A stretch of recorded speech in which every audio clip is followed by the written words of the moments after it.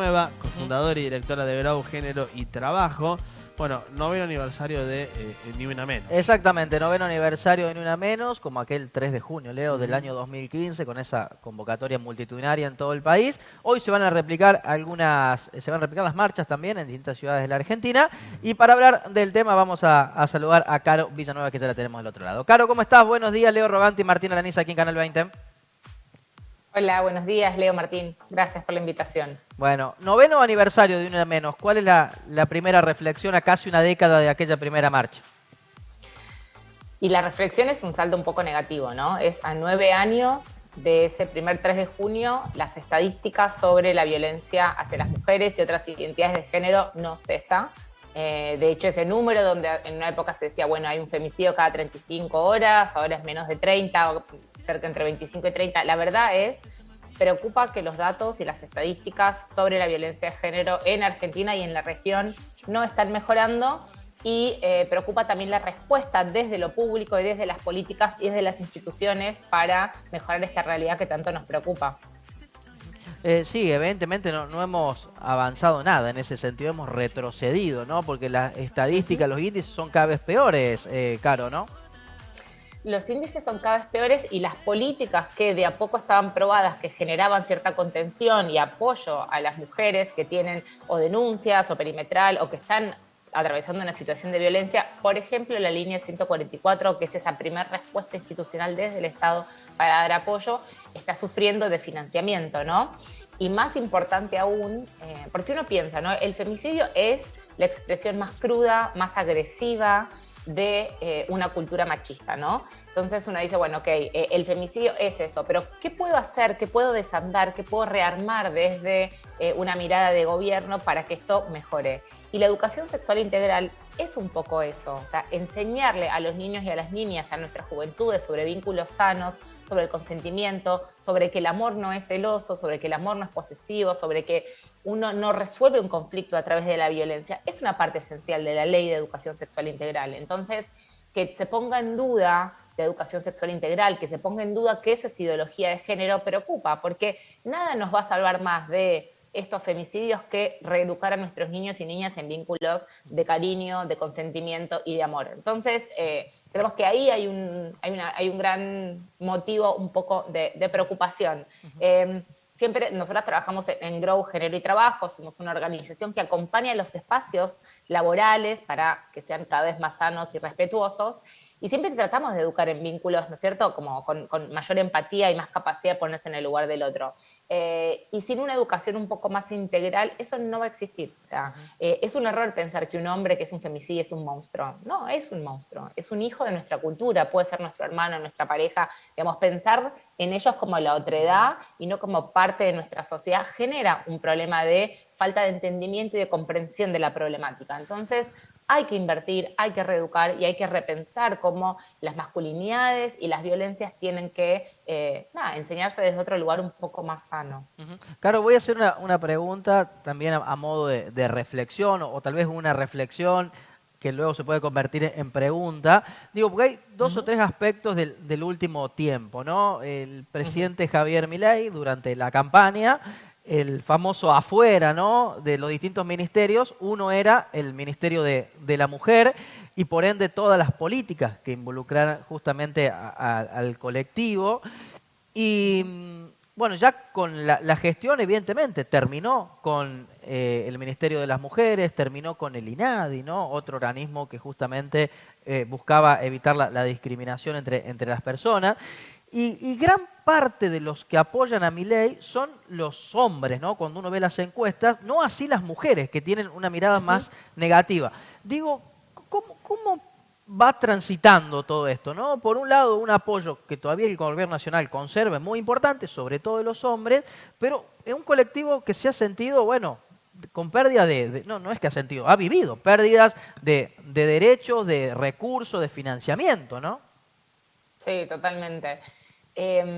A ver, uno si lo piensa desde el lugar más desde el colectivo feminista, los movimientos de las mujeres, obviamente que es algo que veíamos venir, no es que sorprendió la reacción o la decisión de Javier Milei de eliminar el ministerio, fue fue una anunciación de campaña y después fue una realidad una vez que fue electo. Entonces, desde ese lugar, nosotros siempre vimos como esa coherencia de sabemos que esto va a suceder, qué podemos hacer desde la sociedad civil, desde las organizaciones como Grow para atajar, para prevenir, para contener lo que esto va a generar. Nosotros estamos siempre tratando de monitorear los presupuestos asignados a las políticas que nos parecen interesantes. El ministerio, les diría, en un punto ya lo habíamos soltado, o sea, sabíamos que eso iba a pasar, entonces tampoco tenía sentido seguir pidiendo algo que desde su óptica era algo totalmente inservible. A nosotros lo que más nos preocupa es cuál es esa mirada desde la eficiencia del recurso, porque creemos que en realidad eliminar un ministerio como el Ministerio de las Mujeres, Géneros y Diversidad no tiene que ver con la eficiencia del gasto, tiene que ver con una mirada un poco más conservadora / machista en un punto de la política, porque había un montón de cosas y de políticas que resultaron ser eficientes. Por ejemplo, todo lo que tenía que ver con el Plan ENIA. El Plan ENIA era el plan para la prevención del embarazo adolescente. Es un plan que tiene todas las estadísticas a su favor por haber sido comprobado y fehacientemente, estadísticamente, que redujo muchísimo el embarazo adolescente. ¿Desde qué lugar eso no es un gasto eficiente? No tener madres, niñas, adolescentes, ¿no? ¿Desde qué lugar un país que invierte en la educación pública de todos sus ciudadanos está perdiendo un montón de capital humano, como lo llaman más desde este gobierno, desde esa mirada? Entonces, no creemos que detrás de eso hay una mirada solo de la eficiencia del recurso, sino que hay una idea más, digamos, quizás de control sobre la vida de las mujeres, sobre sus cuerpos y sobre coartar la decisión de poder elegir.